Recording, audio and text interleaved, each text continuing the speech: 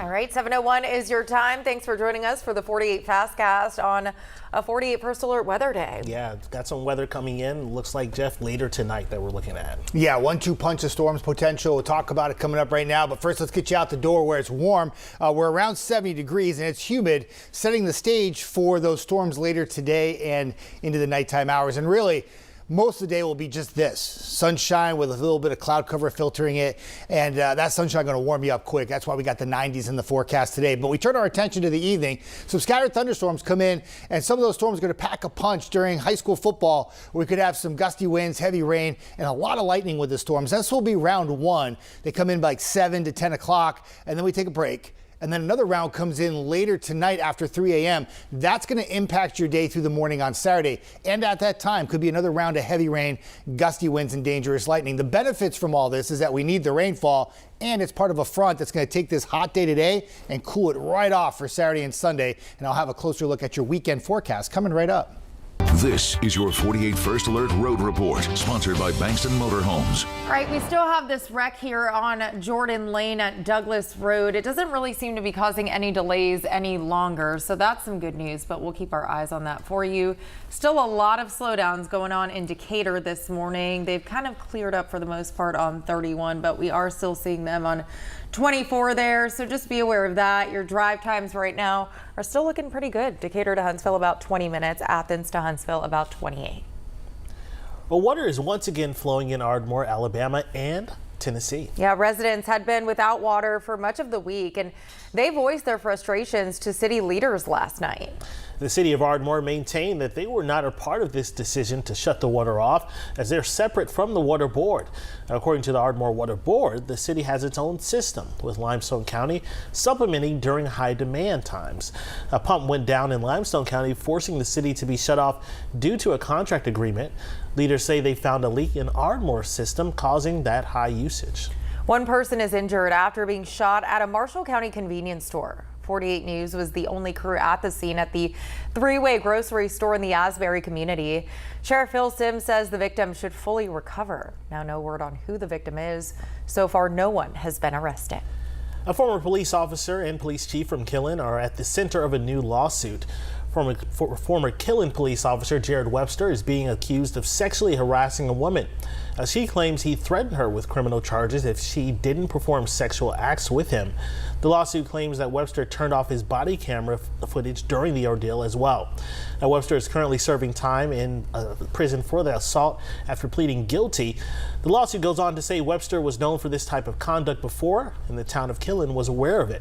Now the woman is seeking justice, saying her constitutional rights were violated, and she wants a jury to hear her lawsuit. Some new allegations are coming out in a wrongful death lawsuit filed by the family of a Decatur man who died while in police custody. In April, John Scott Jr. was arrested during a mental health crisis after his mother called police. The lawsuit alleges Scott was kicked, punched, and tased before and after being put in handcuffs. Some leaked surveillance video from inside the jail shows officers dragging Scott through the facility while his head was covered with a spit hood. Scott would go into a coma and then die a few days later. His family has filed a wrongful death lawsuit against the city of Decatur, the Morgan County Sheriff's Office, and multiple officers. The family attorney says there were policies and procedures that were not followed that night. He was literally dragged by his feet across a wet floor into a cell where he was left to suffocate, asphyxiate on his own vomit, and ultimately suffer the injuries that led to his death. Attorney Lee Merritt adds if Scott had received the proper medical care sooner, he would have had a better chance of survival. Well, coming up, we'll tell you about some new safety upgrades that are on the way for the city of Guntersville. More after the break.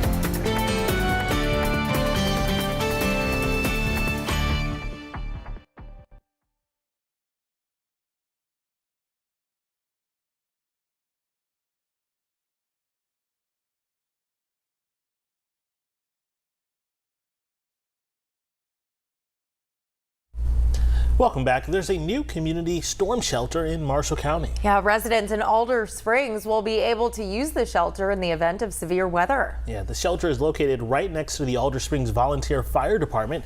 They donated the land for the shelter, which saved the district a lot of money. District 4 Commissioner Joey Baker says if severe weather hits and people can't get home, they can just stay at the community center until the roads are clear. Baker also says the new storm shelter is important for those who live there. We're always trying to stay ahead of the game. When they give in severe weather, people want to go ahead and get in a safe place before it actually hits. We've been lucky. We've had some tornadoes in the past, but we've been lucky so far in the last 2 or 3 years. But Now, Baker is working to apply for a grant for another storm shelter to be placed in the community. Today is a 48 First Alert Weather Day. Sponsored by Mr. Reuter Plumbing for all your emergency plumbing services. Yeah, for those who don't have a structure that's safe when severe weather hits, always great to have those storm shelters. I don't think the storm shelters will be needed today, even though we have some storms in the forecast tonight. Not really a tornadic threat. This is just some rain and some wind and a lot of lightning, but still a concern, especially for areas in Middle Tennessee and north. I think that's where the primary concern will be as we go into the evening and overnight.